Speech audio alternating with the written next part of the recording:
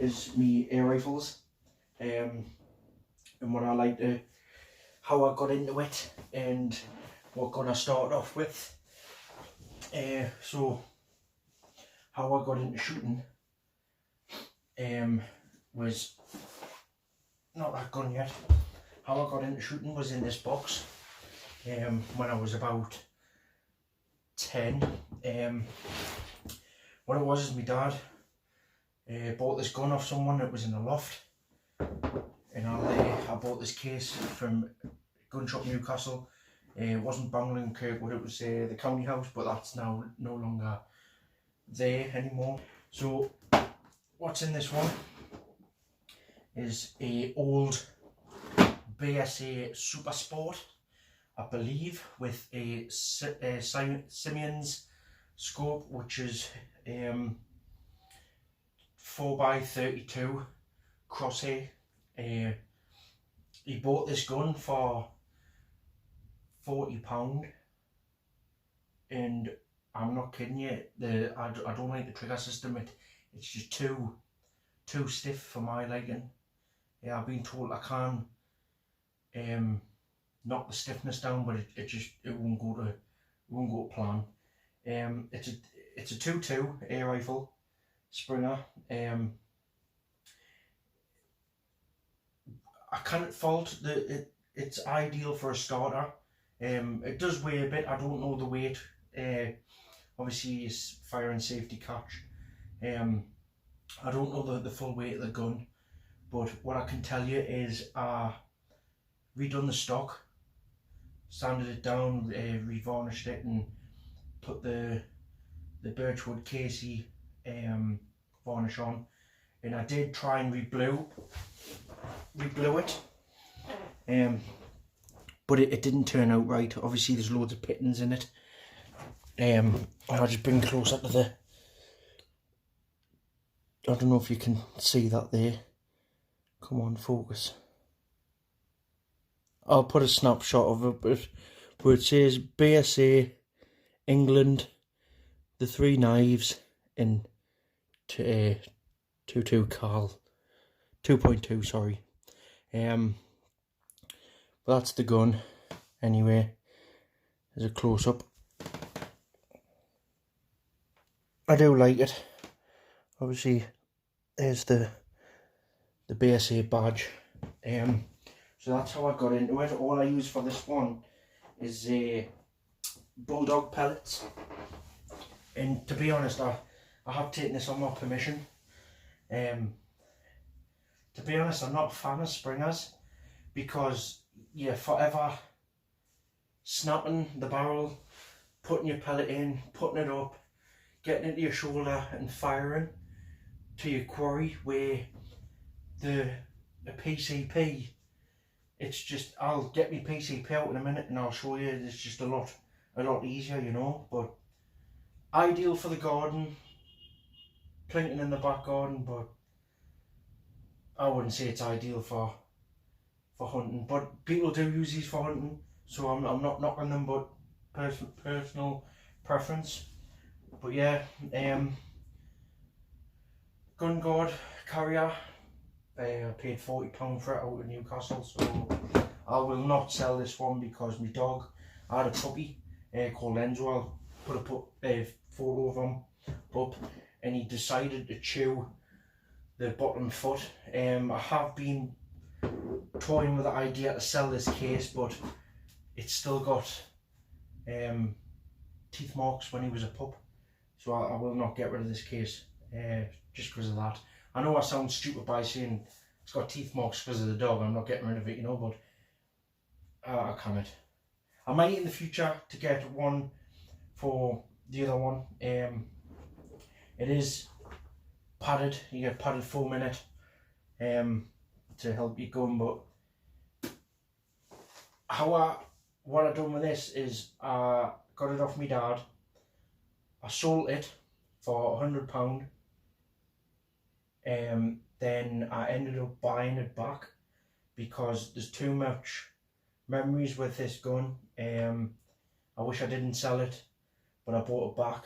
Same original condition. I just redone the barrel, the stock. So that was a bit of the BSA Super Sport with a Simeon scope. But what I am going to show you now is my PCP, which is pre-charged air rifle. So just 2 seconds, I'll just get rid of that.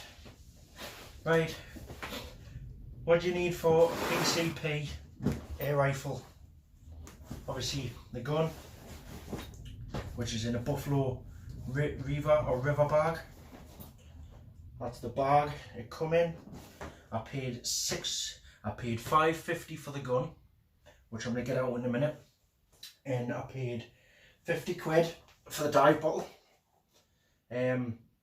off a friend of mine that I actually know of one of the hunting group, bushcraft groups, which is Northeast Bushcraft. I want to give a massive shout out to John from Northeast Bushcraft and Gary. I'm forgetting your second name, Gary, but top bloke. Gary, you know everything about guns, and that's who put me to this gun here.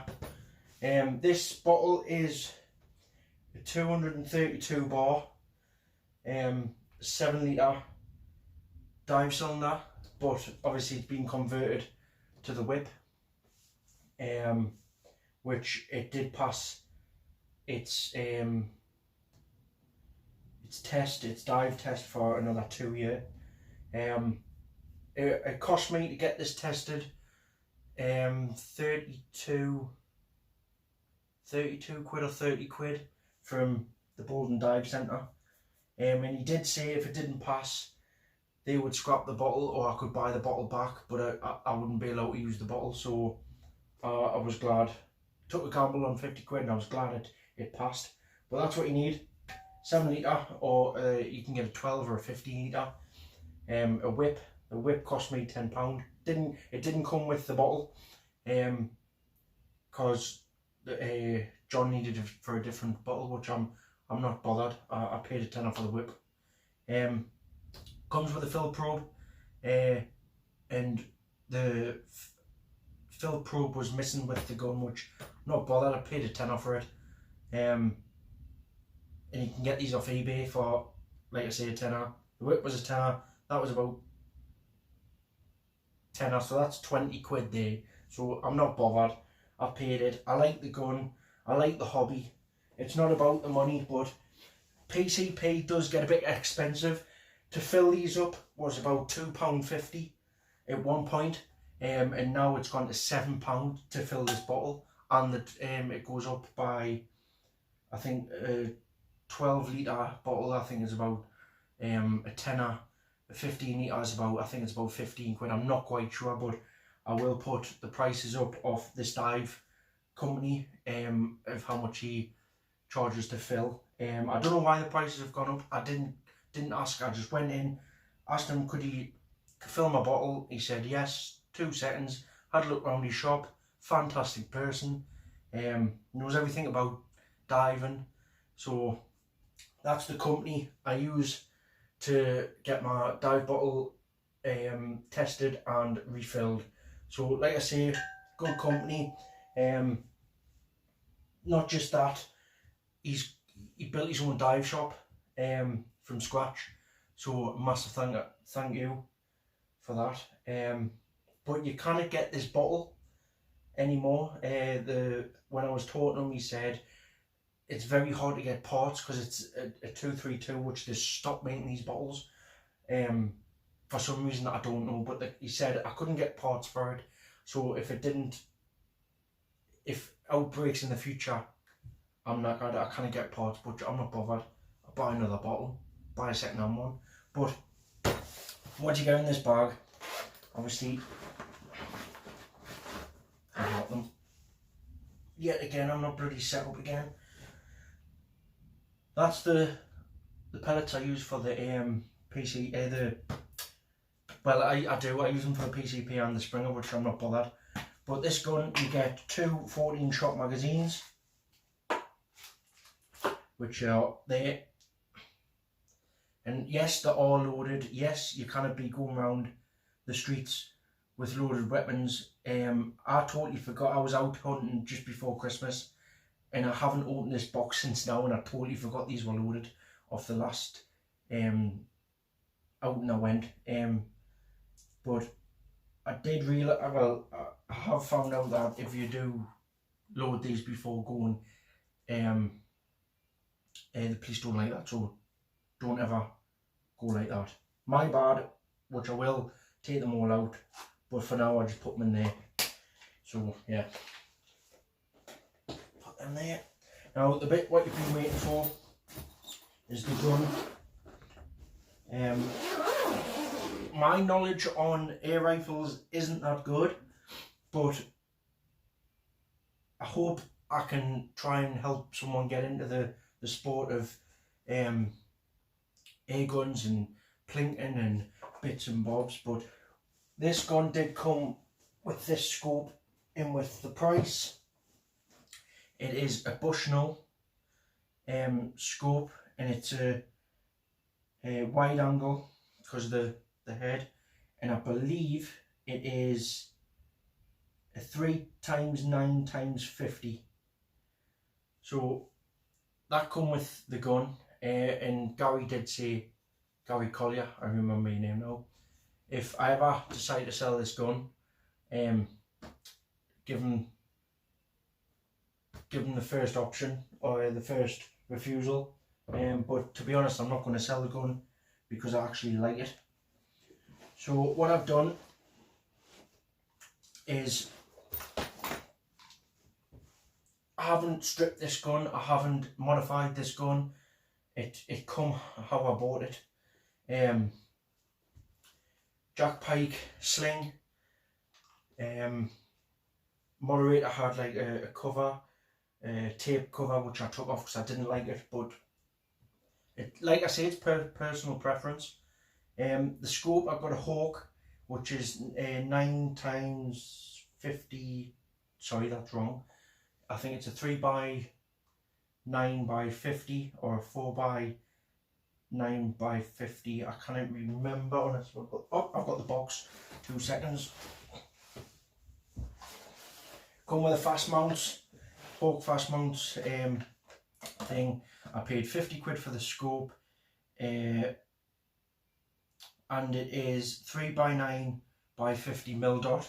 And what I'll do is I'll quickly just show you this in case you want to have a deeks of the box. Well, not deeks of the box like, but there's the information on the box it come with. Sorry, I am a bit wobbly handed, but yeah, this gun is PCP hw100 Viroc Sport hull cartridge, which I believe if these guns do not have hull cartridge written on them, that the a knockoff version, and if I did try and send a HW without the hull cartridge, they wouldn't touch the gun.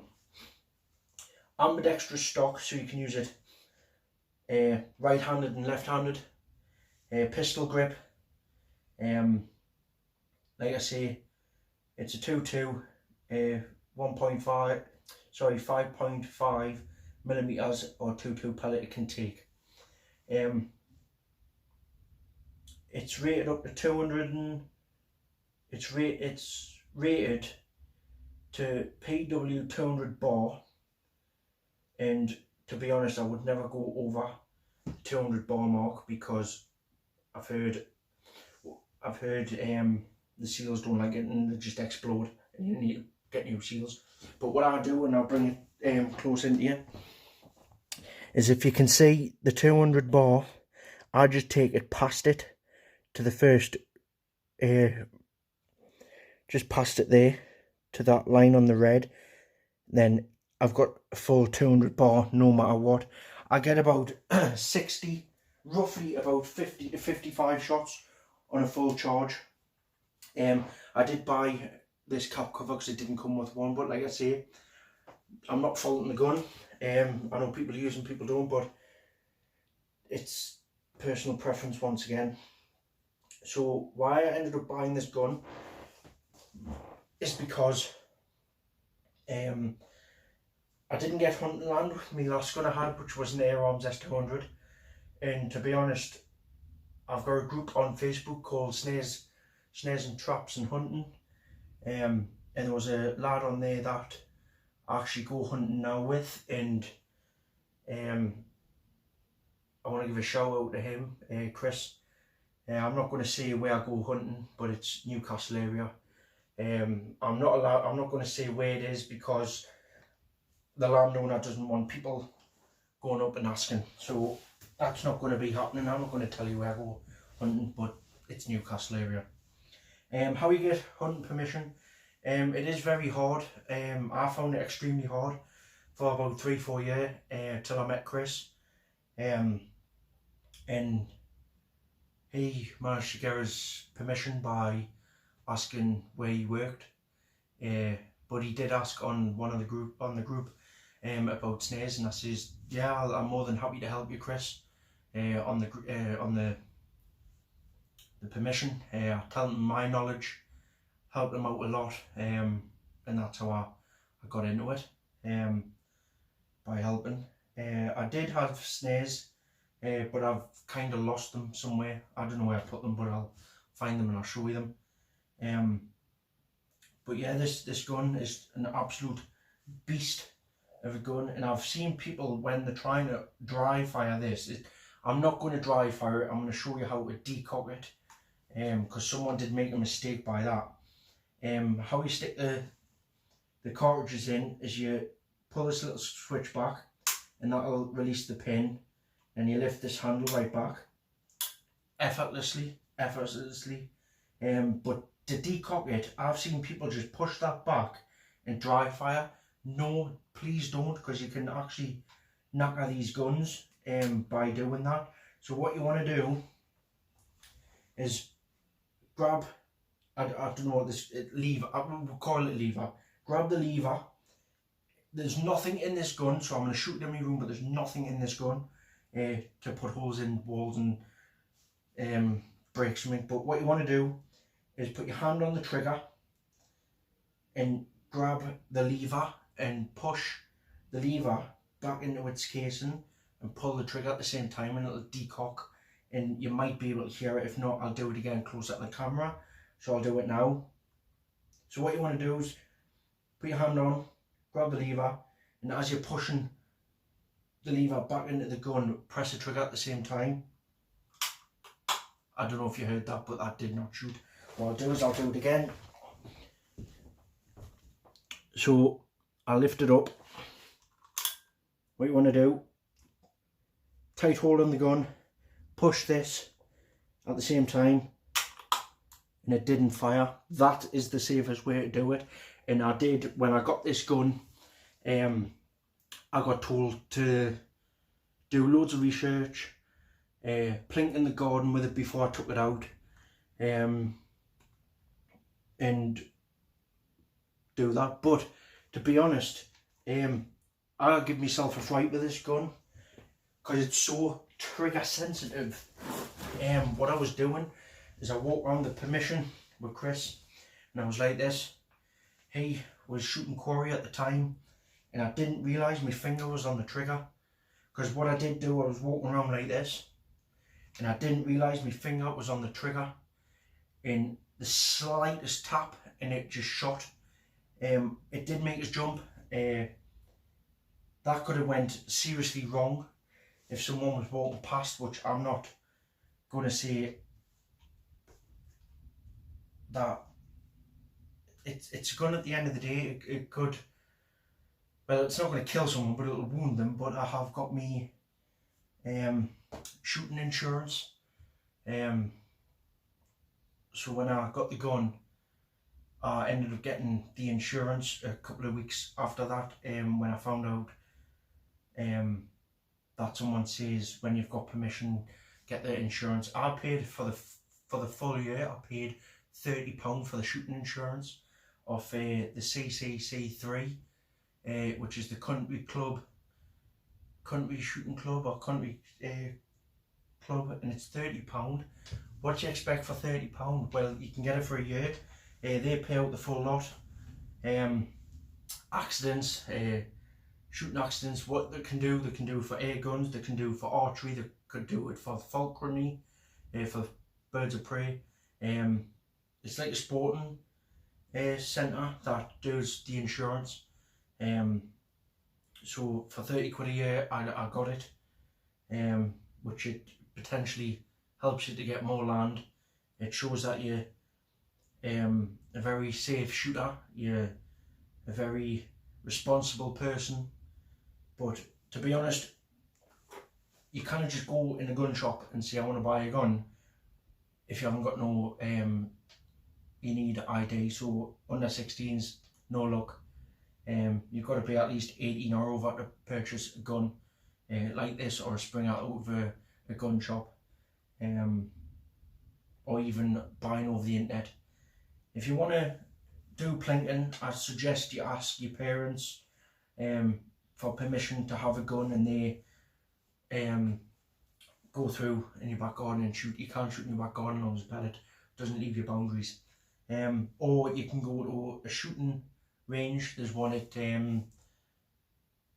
Washington, and there's one at back in Newcastle. I think you pay about £5–10 for the full day. Take your guns, go on the shooting ranges. I personally haven't been on the shooting ranges. I just use my back garden for shooting targets, which I use a shooting box, which is something like this. I paid £20 for it, and it's 14 by 14 mouth. What I've done is, to be honest, I had to modify this because there was a flap in here. When I shot, the pellet was bouncing in, but the flap was making the pellet come back out.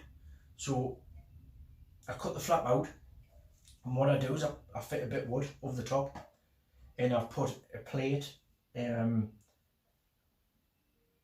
inch thick plate on the back, because this is so thin, the pellet over time was just pushing the metal out, and I didn't like that idea. So put that on, put that over the top, and it's pellet trap basically.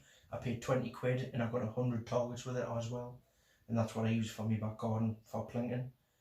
Canny piece of kit, ideal for taking your permission and zeroing the gun, so you're not damaging trees or fence posts and bits and bobs, but that's what I use that for.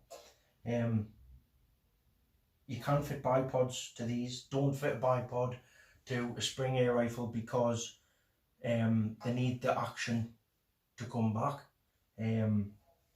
But PCPs, yes, go ahead. All you need to do is fit a sling stud, which is one of them. And this, you can buy these for the gun that just screw in to the neck of the stock there, and you have to drill a hole at the back. So I did have a bipod. I got the swivel one, but I didn't like it. It made the gun fall over. I don't know the weight of the gun, but this is shooting under 12 foot-pound. Without a license, you can buy 12 foot-pound air rifles.